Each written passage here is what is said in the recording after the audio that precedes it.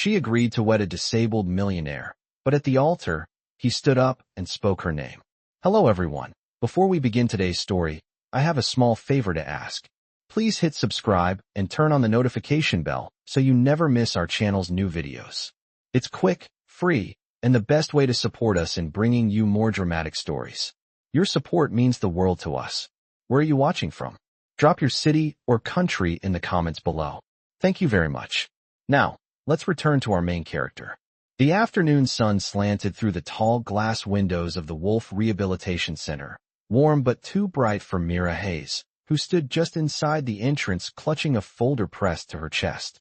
The smell of antiseptic mixed with eucalyptus lingered in the air, and the soft hum of therapy machines seemed to echo every anxious beat of her heart. She had come here for one reason, a job interview she desperately needed. 3 months behind on rent, her mother's medical bills piling like an avalanche, and her younger brother texting her every night asking if they were going to be okay. Mira always said yes, even when the truth felt like a collapsing floor beneath her feet. A nurse with a neat bun and sharp eyes approached her. "Miss Hayes? Mr. Wolfe will see you now." Mira nodded, trying to steady her breathing as she followed the nurse down a long hallway lined with framed photos of smiling athletes and celebrities. People who had been healed here. People who had money to spare. Not people like her. The nurse stopped in front of a private therapy suite. "He's inside." Mira whispered a thank you, then stepped in. The first thing she noticed was the silence. The kind of heavy quiet that pressed on your ribs. Then, she saw him. Adrian Wolfe, the youngest son of the Wolfe conglomerate. The millionaire whose face had filled business magazines before the accident that left him partially paralyzed. He sat in a sleek black wheelchair, dressed in a dark sweater that did nothing to hide the sharp, commanding lines of his shoulders. His eyes, steel gray and unreadable, lifted to her the moment she entered. For a second, Mira forgot to breathe. He was intimidating without trying, beautiful in a way that made her chest tighten, and distant in a way that warned her not to get too close. "You're on time," he said, his voice low, smooth, but edged with something tired. "Good." Mira swallowed. "Thank you. I appreciate you considering me for the assistant position." "That position doesn't exist," he replied. She blinked, confused. Adrian watched her reaction, studying her the way a strategist studies a map. "I brought you here for something else," he continued. "Sit." Mira hesitated, then obeyed, lowering herself into the chair across from him. She could feel his gaze on her, assessing her like she was a puzzle he needed to solve. "Miss Hayes," he said, "I know about your financial situation." Her breath caught. "How?" "I have people who gather information," he said simply, as if it were as ordinary as checking the weather. "You have debt. Your mother's hospital expenses. Your brother's tuition. You work multiple part-time jobs. You're drowning." Shame flushed hot across her cheeks. She wanted to protest, to defend herself, but the truth sat too heavily in her chest to deny. Adrian leaned forward slightly.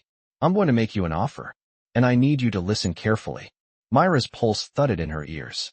Something about the way he spoke made the air feel different, charged, dangerous, life-altering. "I need a wife," he said. The words hit her so hard her breath faltered. "A contract marriage," he clarified. 6 months. You'll attend events with me, handle public appearances, and help stabilize my position in the company while I deal with complications." His hand brushed subtly against the wheelchair's armrest. Mira stared at him, stunned. "Why me?" "Because you need the money," he said bluntly. "And because you're not connected to my world. No alliances. No ulterior motives. You're clean." His gaze softened for a moment, almost imperceptibly. "And I need someone I can trust not to betray me." Mira shook her head slowly. "Mr. Wolfe, this is insane. I don't even know you." "You don't need to know me," he said. "You only need to agree." "Why now?" she whispered. "Why so suddenly?" Adrian exhaled, a quiet sound laced with something sharp, resentment, maybe fear. "Because my family is circling me like vultures. They want control of the company, and they'll use my disability against me unless I prove stability, strength, and normalcy." He paused. "A wife does that." Mira felt the room tilt. Her instincts told her to run. Her circumstances whispered a different truth. "In exchange," Adrian said softly, "I'll pay off your mother's medical bills. All of them. I'll clear your debt. And I'll give you enough to start the life you keep trying to build." The words burrowed straight into her. Hope and terror tangled together in her throat. Adrian watched her with eyes that didn't blink. Say yes, Mira Hayes. The quiet between them thickened, and though every breath hurt, she could feel her future balancing on the edge of a single word. For a long moment after Adrian spoke those impossible words, Mira could only hear her own heartbeat thudding in her ears, too loud, too fast, like the world was closing in around her. She had walked into this building hoping for a part-time job that might help her catch up on rent. She had not expected a millionaire in a wheelchair to offer her a contract marriage that could change every corner of her life. Mira opened her mouth, but no sound came out. Adrian watched her with that calm intensity that made it impossible to look away. His face did not reveal much, but there was something underneath, something that felt like a man clinging to control in a world determined to rip it from him. You look pale, Adrian said quietly. I assume that means you are thinking instead of running. Mira forced in a shaky breath. I am trying to understand what you are even asking me to do. I am asking you to survive, he replied. And in return, you help me do the same. Before she could respond, the door opened and Clara, his assistant, stepped inside carrying a folder stamped with the Wolfe corporate seal. She handed it to Adrian without a word, but her eyes flicked toward Mira with curiosity and a hint of warning. Adrian opened the folder and pulled out a document, sliding it across the table until it stopped in front of Mira. This is the contract, he said. Read it. Mira looked down. Her name was typed neatly at the top. Seeing it there made everything suddenly too real. Her stomach tightened. You prepared this before meeting me? I prepared several versions, he said without shame. I had a short list. Mira blinked. A short list. Of potential wives. Adrian's brow lifted slightly. You say it as if it is stranger than me needing one for 6 months. She could not argue with that. Mira stared at the papers. Terms. Conditions. 6 months. Confidentiality. Financial compensation that made her vision blur for a second. Enough to pay for her mother's treatments for the entire year. Enough to get her brother into the program he kept dreaming about. Enough to breathe. I cannot sign this today, Mira said quietly, gripping the edges of the folder. I need time. Adrian nodded once. Take 48 hours. After that, the offer expires. Mira stood up, clutching the folder to her chest. Her legs felt unsteady, as if the ground beneath her had tilted. Thank you for the offer, she managed. For considering me. This is not charity, Mira Hayes, Adrian said. I chose you because you have something no one in my world has. She swallowed. What is that? Integrity, he answered. And I need someone whose honesty cannot be bought by anyone except me. His words stunned her into silence. She backed toward the door, unsure how to breathe, how to think, how to exist in the same room as a man who spoke like every sentence was a binding verdict. Clara opened the door for her. As Mira stepped out, Clara said in a low voice, If you accept, Miss Hayes, understand one thing. Mira turned.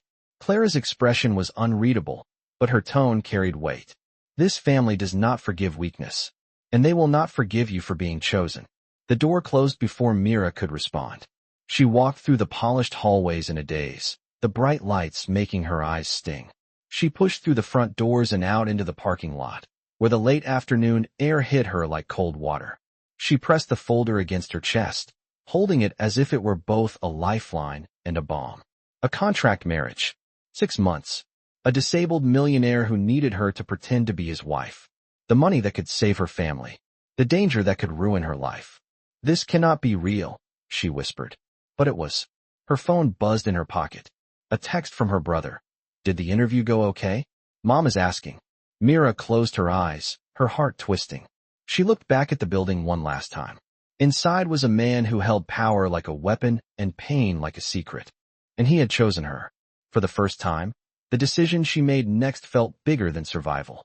It felt like a turning point she could never undo. For 2 days, Mira could barely sleep. The contract stayed on her nightstand like a silent witness, its weight pressing against every breath she took. She read it once, twice, then a third time, each read pulling her deeper into the impossible choice. In her tiny apartment, the walls felt closer than usual, chipped paint catching the glow of a single lamp that flickered every few minutes. Her mother slept in the next room, coughing softly through the night, and her brother paced the kitchen trying to pretend he was not waiting for answers. On the second night, Mira stood at the kitchen sink staring at the contract again while her brother heated canned soup. He glanced over nervously. "Did you get the job?" he asked. His voice was hopeful in that fragile way that made guilt squeeze Mira's chest. "Not exactly," she said. He frowned. "What does that mean?" She hesitated, then folded the contract and slipped it back into the folder. "It means I have to make a hard decision. But whatever I choose, I promise it is for us." He studied her for a long moment, then nodded slowly. "I trust you, Mira." Those 4 simple words almost broke her. When the sun rose the next morning, Mira knew what she had to do. She dressed quietly and left the apartment before her mother woke. The city felt colder than usual, and a thin fog hung low over the streets as she waited for the bus, clutching the contract so tightly the edges bent beneath her fingers. By the time she arrived at the Wolfe Rehabilitation Center, her stomach was in knots. She expected hesitation, regret, maybe even fear to make her turn around. But instead she found herself pushing forward, step after step, until she reached the private suite where she had first met Adrian Wolfe. She knocked once. The door opened almost immediately. Clara stood there, her expression unreadable as always. "Miss Hayes," she said. "You came back." Mira nodded. "Is he inside?" Clara stepped aside. "He has been expecting you." Mira entered the room. Adrian sat near the tall windows, the morning light outlining the sharp angles of his profile. He turned his head slightly when he heard her, his gray eyes settling on her face with unsettling precision. 48 hours, he said. "You cut it close." Mira swallowed hard. "I made my decision." He watched her, expression unreadable. "Then say it." Her voice shook despite her efforts. "I will do it. I will sign the contract." The air seemed to shift, as if the entire room exhaled at once. Adrian's face remained calm, but something flickered in his eyes, something quick and impossible to name. "Sit," he said quietly. She sat across from him, hands trembling as he slid the contract toward her, along with a pen that looked far too elegant for someone like her. She hesitated for one last lingering second. "What happens after I sign?" "We begin," Adrian replied. "Training, appearances, fittings, and legal filings. Everything must move quickly." His tone was steady, controlled, but beneath it was a current of urgency she had not noticed before. "Why the rush?" she asked. He held her gaze. "Because my family will not be passive when they find out." The truth landed heavily between them. Mira looked down at the contract one more time. Her mother's medical bills flashed through her mind. Her brother's hopeful eyes. The looming eviction notice taped to her refrigerator. She signed. The moment the pen left the paper, it felt like gravity shifted. She had crossed a line she could never return from. Adrian reached for the document, but did not touch her hand. His voice lowered. "You just changed your entire life, Mira Hayes." She did not know whether to feel relieved or terrified. Before she could decide, Clara stepped forward with a tablet. "We need to schedule her transformation package," Clara said to Adrian. "Wardrobe, etiquette sessions, media coaching." Adrian nodded. "Start today." Mira blinked. "Today? But I have work, and my mother, and you have a contract," Adrian said firmly. "Your time belongs to this arrangement now."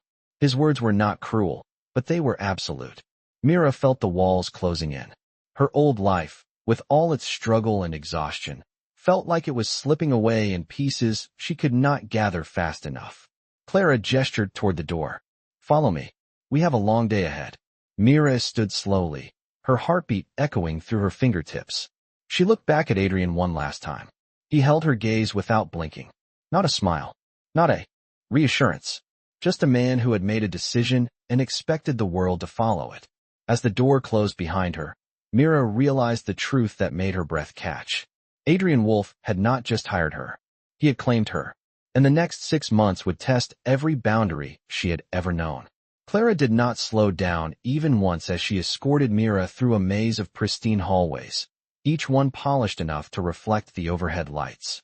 Mira tried to keep up, still gripping the strap of her worn purse as if it were the last familiar thing she had left.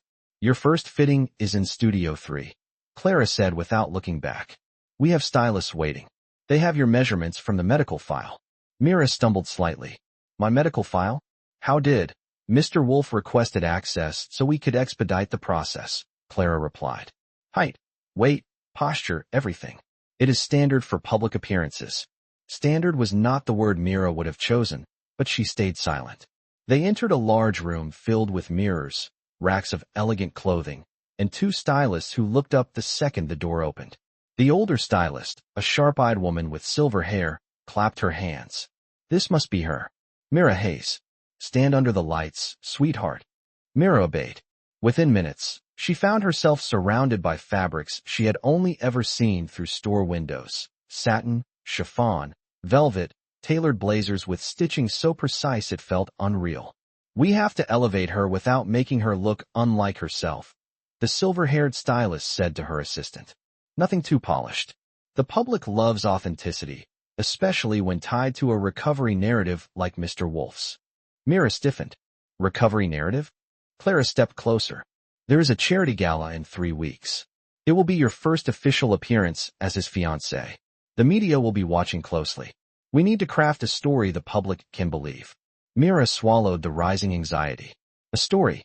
Yes, Clara said. Supportive fiancé. Brave woman standing beside a man in adversity. The press eats that up. One of the stylists draped a soft navy dress across Mira's front, lifting her hair gently. She has good lines, the stylist murmured. We can work with this. Mira stared at herself in the mirror. She looked like a stranger wearing a life that did not belong to her. Still she stayed still and silent while the stylists pinned, measured, and murmured to one another. Hours passed. Next came etiquette, where a polished instructor walked her through how to sit beside a man in a wheelchair without overshadowing him, how to accept compliments with controlled modesty, how to stand at his left side because that was his stronger arm. Everything you do supports the illusion of partnership, the instructor said. You do not lead. You complement. Mira grit her teeth. The lessons continued. How to speak at formal dinners. How to respond if someone asked about their relationship timeline. How to avoid answering questions about the accident that had left Adrian in the wheelchair. By late afternoon, Mira's head throbbed. She felt like she had been poured into 5 different versions of herself, none of them the real one. Clara walked her back toward the private suite. You will review the binder tonight, Clara said, tapping a thick folder against her palm. It contains your official relationship timeline, public backstory, and responses for interviews. Mira accepted the binder reluctantly. So much of this is fake. All of it is fake, Clara replied calmly. But fake is what keeps Mr. Wolfe safe. When they reached Adrian's suite, Clara pushed the door open and gestured for Mira to enter.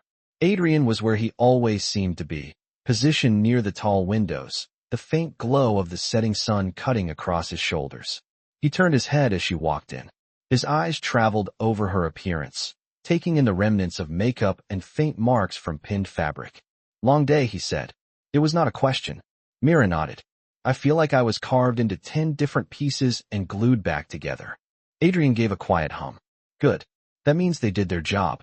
Mira blinked, surprised by the lack of sympathy.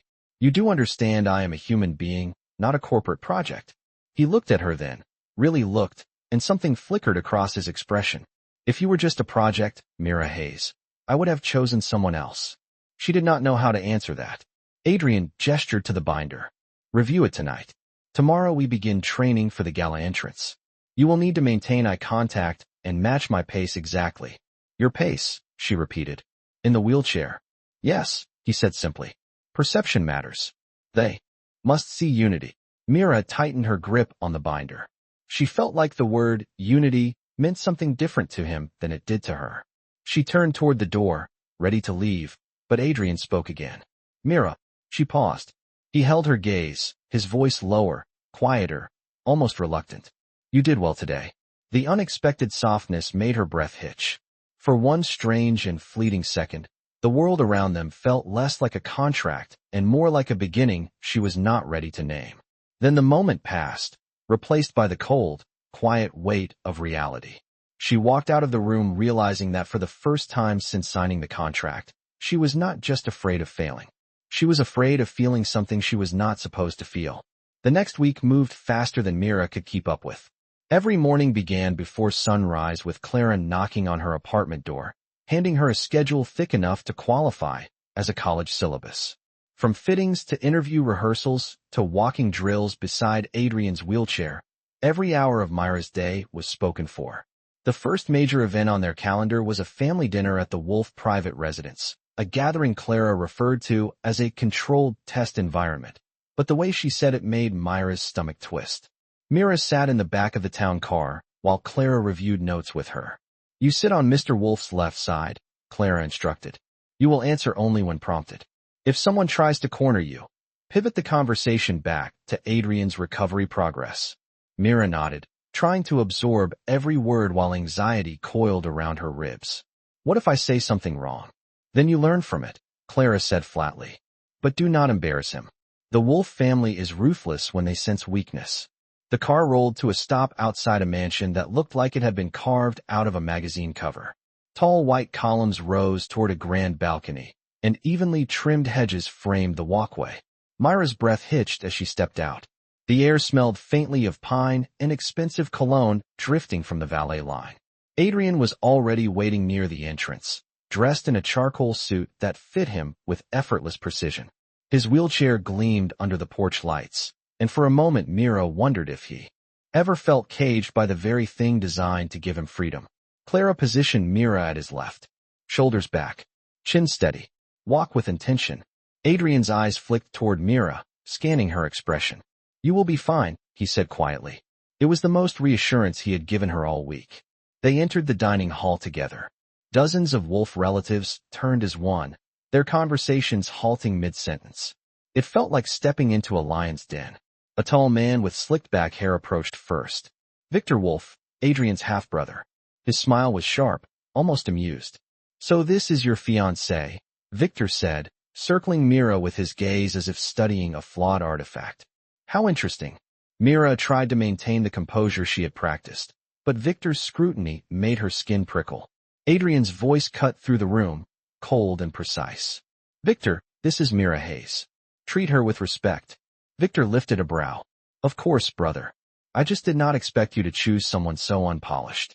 Mira stiffened, but Adrian did not flinch. "She is none of your concern." They were escorted to the long dining table. Mira kept her posture exactly as she had been taught, her hands resting lightly in her lap. The conversations around her felt like strategic battles disguised as small talk. "So, Mira," Victor said, leaning back casually. "How did you two meet?" Clara had warned her this question would come. Mira forced a calm smile. "We met through a mutual acquaintance. I was helping with a rehabilitation project." Victor hummed. "And you fell in love just like that?" Mira inhaled slowly. Feelings grow when you spend time with someone who shows resilience and strength despite hardship. A few relatives exchanged looks, surprised by her composed answer. Victor's smile thinned. "How touching." The rest of dinner passed in a tense blur. Adrian watched everything with steady vigilance, his jaw tightening whenever Victor strayed too close to Mira's side of the table. When dessert arrived, Victor leaned forward and said, "Tell me, Mira, are you prepared for what comes with marrying a Wolfe? The attention? The pressure? The expectation?" Mira met his gaze, hands steady even though her pulse thundered beneath her skin. "I am prepared to stand beside Adrian," she said. "That is all that matters." Victor's eyes narrowed, but before he could respond, Adrian spoke sharply. "Dinner is over." The family stiffened at his tone. Adrian maneuvered his wheelchair back, signaling for Mira to follow. As they exited to the balcony, the cool night air wrapped around them like a relief. Mira exhaled shakily. "I hope I did not ruin anything." Adrian looked at her, the golden porch light catching the hardened set of his jaw. "You held your ground," he said. "Victor expected you to break. You did not." Mira felt warmth bloom in her chest, soft but undeniable. "Do you think he believes us?" Adrian's gaze softened, but only slightly. "Victor believes what benefits him," he said. "But tonight, you made him reevaluate you." Mira leaned on the balcony railing, letting the cool breeze steady her heartbeat. Adrian watched her quietly, his expression unreadable. "You should know something," he said. She turned. "What is it?" His voice lowered. "From this point forward, Victor will test you. He will not stop until he finds a weakness." Mira swallowed hard. "Then I will not give him one." For the first time since she had met him, Adrian's harsh features eased into something close to pride. "Good," he said, "because the next test will not be over dinner." He looked toward the dark horizon with a heaviness that made Mira's breath catch. "It will be at the gala." The days leading up to the gala unfolded with a relentless pace that left Mira breathless. She spent mornings rehearsing her entrance beside Adrian's wheelchair, afternoons practicing small talk with Clara acting as a cold and unforgiving mock press, and evenings studying the binder of curated facts and fabricated moments that made up the public version of their relationship.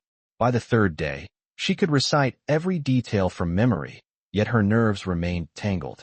On the morning of the gala, Mira stood in front of her apartment mirror, smoothing the soft fabric of the navy gown chosen specifically for the event. She barely recognized the woman staring back at her. Her hair was styled in smooth waves, her makeup balanced between soft and confident, and her posture straighter than it had ever been. But beneath all of it, she was still just Mira Hayes, a woman who had agreed to a 6-month contract that might destroy or save her life. Clara arrived right on time.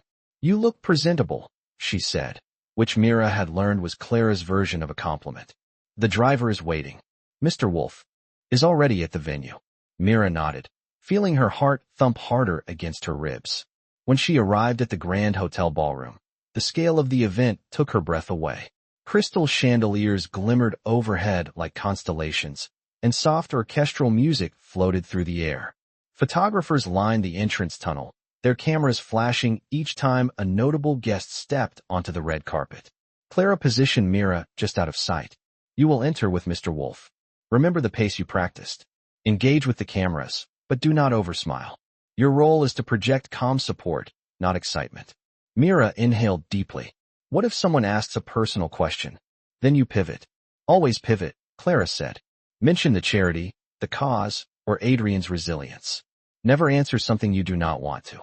Before Mira could ask anything else, a familiar voice cut through the noise. "Mira." She turned. Adrian sat in his wheelchair at the end of the hall, dressed in a midnight black suit that made him look impossibly composed. His presence alone drew eyes from every direction. Mira stepped toward him, careful to stay at his left as instructed. Adrian's gaze scanned her from head to toe, lingering for a moment that tightened her breath. "You look prepared," he said quietly. "Are you ready?" "As ready as I can be," she replied. Adrian nodded once, then offered his hand. She placed hers gently on top, a gesture designed to signal unity to the cameras. "Follow my lead," he murmured. Clara signaled the staff. The doors opened. The moment they stepped into the light, the room erupted into a flurry of camera flashes. "Adrian Wolfe," reporters shouted. "Is this your fiancé? How did you two meet? How is your recovery progressing?" Mira kept her smile steady, her gaze shifting between Adrian and the cameras just as she had practiced. She walked at his exact pace, matching each glide of the wheelchair with a measured step. Everything seemed to be going smoothly until Victor appeared at the edge of the press line. He wore a tailored suit and a smirk sharp enough to cut glass. "Brother," Victor called out. "A beautiful night for an engagement debut, is it not?" Adrian's jaw tightened, but his expression remained neutral. "Victor." Mira felt unease crawl up her spine. Victor stepped closer, addressing the reporters with exaggerated cheer. "Everyone, meet Mira Hayes, the brave woman, who has captured my brother's heart." Several reporters leaned forward, intrigued. Victor continued. "Mira, why do you not tell them what made you fall in love with Adrian?" Mira stiffened. This was not in the binder. Clara had instructed her to stick to the prepared answers, but Victor was deliberately pushing her off script. Adrian's hand tightened lightly against hers, a silent warning. Mira inhaled slowly, grounding herself. "I fell in love with his resilience," she said clearly. "His determination. His ability to meet challenges with dignity rather than bitterness." The reporters murmured approvingly. Victor tilted his head, amused but not satisfied. "Interesting. And how long have you two been together?" Mira held her breath for half a second. Then she answered smoothly. "Long enough to know that love does not measure time by weeks or months. It measures moments. And we have had many." The crowd reacted warmly. Victor's smirk faltered. Adrian glanced up at her, the faintest flicker of pride crossing his expression. The coordinator called them forward to move inside. As they entered the ballroom, Mira finally let out the breath she had been holding. "You handled that well," Adrian said. She glanced down at him, surprised by the softness in his voice. "Thank you. I just tried not to let Victor win." "He did not," Adrian said, his eyes steady on hers. You held your own. Something warm unfurled in Mira's chest, dangerous and uninvited. For a moment, she forgot the cameras, the crowd, and the contract. It felt like they were just two people navigating something fragile together. But the moment ended quickly when Adrian looked away, his expression sharpening again. Stay close to me tonight, he said. Victor is not finished. Standing beside him under the shimmering lights of the ballroom, Mira realized he was right. The gala had only just begun, and the real test was still ahead. The ballroom shimmered under soft golden lights as guests drifted between marble pillars and crystal displays. But Mira could not shake the feeling that danger was threading its way through the room. Adrian moved with practiced composure beside her, his wheelchair gliding silently across the polished floor as they made their rounds. Every smile he offered the board members was tight, controlled, as if he were performing for an audience that was waiting for him to falter. Mira stayed at his left, matching her steps, to his pace, just as she had trained for. But the tension radiating off him made her heart beat faster. She could feel Victor watching them from across the room. His gaze slid over her like a cold blade, studying every gesture, every breath, as if searching for a crack he could pry open. Clara approached briefly, whispering updates about donors and schedules, but Adrian barely acknowledged her. He was focused on scanning the crowd, anticipating the next threat. When the orchestra paused for a short interlude, a board member walked up to them, smiling too broadly. Adrian, it is good to see you out tonight. And this must be your bride-to-be. Mira extended her hand politely. It is nice to meet you. The man shook her hand, but his eyes flicked to Adrian with poorly disguised skepticism. It must be quite an adjustment, joining such a prominent family. A lot of responsibility for someone young. Mira held her breath, feeling the insult beneath his polite tone. Adrian answered before she could speak. Mira handles pressure well, he said. Better than most people in this room. The board member forced a strained laugh and excused himself. Once he was gone, Adrian exhaled, the lines around his eyes tightening. You did fine, he murmured. Just ignore him. Mira nodded, but the unease only grew. Something in Adrian's tone felt different tonight, as if he knew something she did not. They reached the central pavilion where a display showcased the charity's work. Photographers swarmed, and Mira instinctively stepped closer to Adrian, letting her hand rest lightly on the edge of his chair as instructed.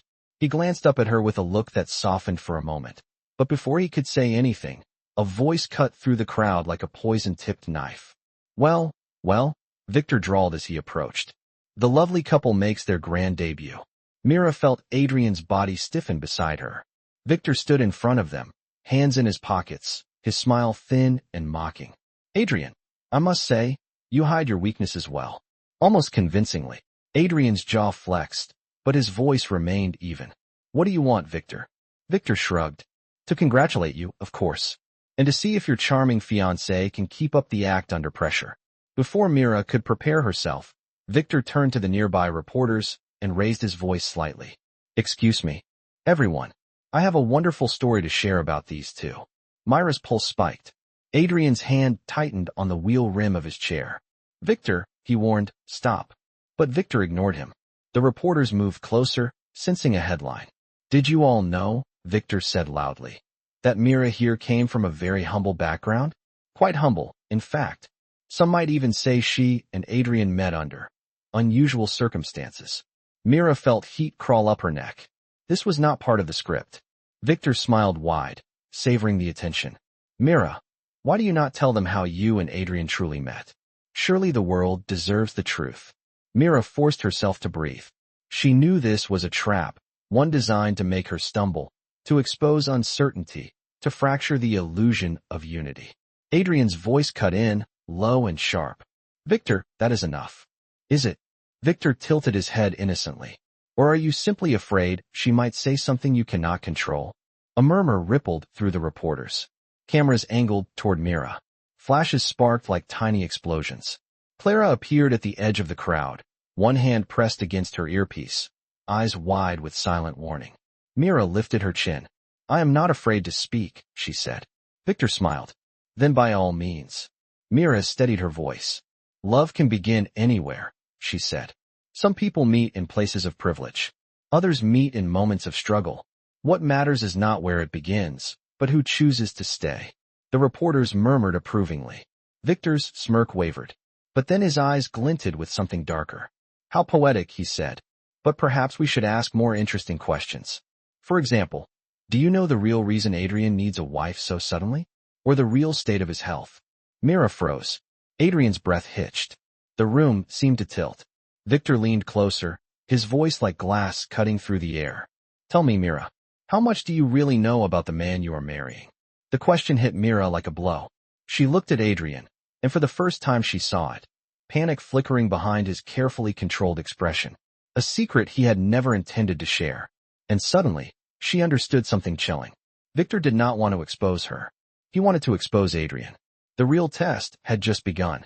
The room seemed to contract around Mira, as Victor's question echoed through the ballroom. Every camera, every whisper, every curious stare tightened around her like a noose. She could hear the orchestra faltering in the distance, the melody collapsing into confused notes as guests turned toward the brewing confrontation. Adrian's breath had gone shallow. Even without looking directly at him, Mira felt the tension radiating off his body, sharp and electric, like a storm breaking just beneath his skin. Victor stepped closer, savoring the moment. Go on, Mira, he said softly, but loud enough for microphones to catch. Tell everyone how well you know the man you claim to love. Mira forced her gaze upward, refusing to let fear show. I know enough, she said, steadying her voice. Victor smirked. Enough to lie on his behalf? Enough to pretend you are something you are not? Adrian's voice cut in, brittle and hoarse. Victor, stop. But Victor only grew bolder. The board deserves transparency, brother. So does the public. Do not worry, I will help. He turned to the cameras. Everyone should know that the Wolfe Empire is about to be led by a man whose condition is far worse than he pretends. A ripple surged through the crowd. Mira's blood ran cold. Adrian's eyes darkened with a flash of anger that cracked through his usual composure. You do not know what you are talking about, Adrian said. Victor laughed softly. Do I not? Because I have seen the medical evaluations. I know the predictions. I know exactly what the doctors have said about your future mobility. Mira's heart twisted painfully. She looked at Adrian, searching his face for something, anything, but what she found was far more devastating. Fear. Real fear. Victor seized the moment. Tell them, Adrian. Tell them you agreed to a rushed marriage because you need someone to stabilize your image before the board declares you unfit to lead. Mira shook her head. This is not true. Adrian is strong. He is recovering. Victor's eyes gleamed. Recovering? Is that what he told you? He crouched slightly, bringing himself closer to Adrian's eye level. Go on then, brother. Show her. Show everyone. Move your leg. Gasps fluttered through the room. Adrian's throat tightened visibly. His fingers clamped the armrest as if bracing for impact. Mira's heart clenched. She wanted to jump in front of him, shield him from the cruelty, but the cameras created an invisible wall she could not cross. Answer me, Victor said. Move it. Adrian met his brother's stare with a coldness Mira had never seen before, but beneath that coldness was something broken, something fragile, something he had been fighting to keep hidden. You see, Victor said, rising again. He cannot, and he will not. This entire engagement is a performance to buy him time. The crowd reacted like a wave crashing, gasps, murmurs, 1,000 speculations igniting at once. A reporter shouted, Mr. Wolfe, is this true? Are you unfit to return to leadership? Another voice called out, is your engagement a strategic move to stop your brother from taking control? Cameras pushed closer. The crowd surged inward. Mira felt the panic building in her chest, thick and suffocating. Adrian's breathing became labored, his fingertips trembling. He was unraveling, and Victor saw it. He leaned in again, voice dripping with venom. Tell them the truth, Adrian. Tell them why you really need her. Mira stepped between them before she even realized she was moving. Her pulse hammered in her ears. Enough, she said. Victor stilled. The crowd quieted. Mira's voice rose, each word cutting clean through the chaos. You want to paint him as weak, but you are the only one afraid here. Victor's expression darkened. Afraid? Of what? Of the fact that he is still standing between you and power, Mira said. Of the fact that even in a wheelchair, he is stronger than you will ever be. The room erupted with shocked whispers. Victor's jaw tightened. Move aside, Mira. This does not concern you. It concerns me the moment you try to destroy him, she said. Adrian whispered her name, but she did not stop. Adrian does not owe you or anyone else proof of his strength. He faces more battles than any of you can imagine, and he faces them with dignity. Something you know nothing about. Victor's smile vanished. Mira continued, steady and unshaken. If you really cared about the truth, you would not humiliate him in front of the entire board. You would not weaponize his recovery. You would not treat him like a wounded animal you are circling for weakness. The cameras flashed. Guests held their breath. Victor's composure slipped at last. You have no idea what you are talking about, he hissed. I know enough to see the truth, Mira replied. You are not protecting the company. You are protecting your own ego. The orchestra attempted to resume playing, but the tension swallowed the sound. Victor glared at Adrian one last time, a silent promise of war, then turned sharply and walked away, leaving a trail of hostility behind him. The crowd slowly dispersed, murmuring, filming, speculating. Mira turned to Adrian. His gaze met hers, heavy with conflicted emotion. Hurt, gratitude, fear, something deeper she could not name.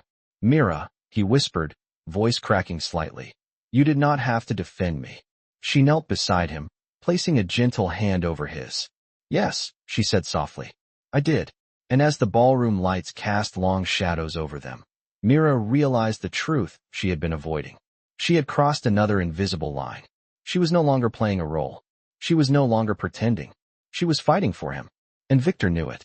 The ballroom slowly regained its rhythm after Victor stormed away, but Mira felt the world shift beneath her feet. Adrian's hand trembled beneath hers, the weight of humiliation still lingering in his expression. Cameras turned away at last, drifting toward other guests now that the spectacle had ended, but the damage Victor had tried to inflict hung in the air like dust refusing to settle. We need to leave, Adrian murmured. His voice was low, frayed, as if every word cost him strength he no longer wanted to show. Mira nodded. She stood beside him as he maneuvered his wheelchair through the crowd, ignoring lingering stares and whispered speculations. Clara intercepted them near the exit, her face tight with urgency. We have managed to contain most of the footage, she whispered. But we need to get you both out before someone stirs it back up. Adrian did not respond. He simply moved forward, jaw set, eyes darkened with something that felt disturbingly close to defeat. When they reached the black car waiting outside, the cold night air wrapped around them like a welcome escape. Mira helped Adrian into the vehicle, noticing how quiet he had become, how carefully he hid everything from everyone except her. The drive back to the private suite was silent, almost painfully so. Mira watched him from the corner of her eye. His shoulders were rigid, but his hands trembled slightly in his lap. Something inside her ached at the sight. When they arrived, Clara escorted them inside and closed the door behind her, leaving Mira and Adrian alone in the dimly lit room. For a long moment, neither spoke. Then Adrian exhaled, the sound hollow. Victor will not stop, he said. After tonight, he has exactly what he wanted. Doubt, speculation, questions that forced the board to consider removing me. Mira stepped closer. He wanted to hurt you. He did not succeed. Adrian let out a bitter, humorless laugh. He succeeded enough. Mira shook her head. He failed. You are still here. You are still leading. You are still standing between him and everything he wants. And he hates that. Adrian looked away, but not before she saw the flicker of pain in his eyes. I should have told you, he whispered. Told me what? Mira asked. He hesitated, then forced himself to meet her gaze. That the doctors are not certain about my recovery. That the progress I have made might stop at any time. That I may never walk again. Mira felt her breath catch. Not because she doubted him, but because she could see the fear beneath his words, the fear he had been carrying alone like a second spine. She moved closer until she stood directly in front of him. Adrian, she said softly, I do not care what the doctors say. I care how hard you fight. I care how strong you have been through everything. His eyes softened, just barely. You do not understand. Then explain it to me, she said. Explain why you feel like you have to face this alone. Adrian closed his eyes. Because weakness is a weapon in my family, and I have already given them enough ammunition. Mira knelt in front of him, her hands resting gently over his. I know what weakness looks like, Adrian. I have lived it. I have drowned in it. And you are not weak. For a moment, the world went still. Then Adrian's voice cracked. I am terrified, Mira. Her fingers tightened around his. Then let me be terrified with you. You do not have to face this alone anymore. Something inside Adrian broke. Not in a shattering way, but in a releasing way, like a door he had barricaded for too long finally opening. He looked at her as if seeing her for the first time. Mira, he whispered, everything you did tonight, you did not have to.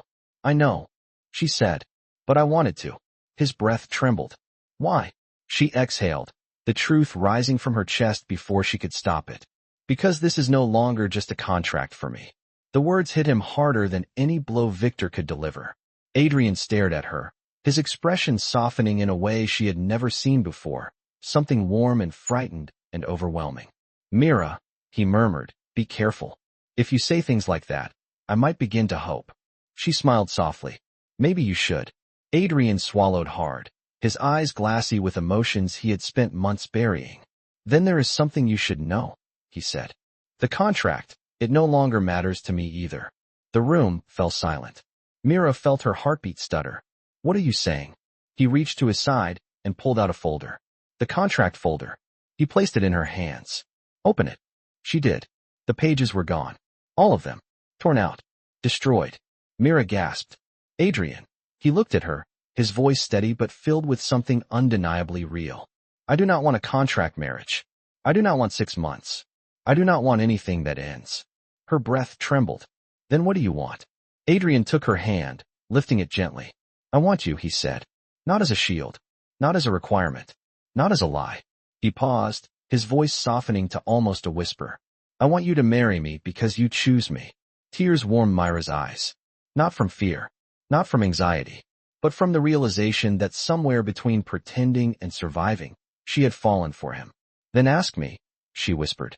Adrian took a slow breath, lifting himself slightly with his arms, his voice trembling with hope that felt both fragile and fierce. Mira Hayes, he said, will you marry me for real? Mira smiled, her heart full and steady. Yes, she whispered. Yes, I will. Weeks later, at a small ceremony surrounded by people who finally believed in them, Mira stood by Adrian's side as he took her hand. And when the moment came for their vows, he did something that made the entire room gasp. He stood. Slowly, shakily, but undeniably, he stood. And with her name on his lips, Adrian Wolfe chose her not as part of a contract, but as the woman he loved. Their story did not begin perfectly, but it ended with truth, strength, and a promise that neither of them would ever face their storms alone again.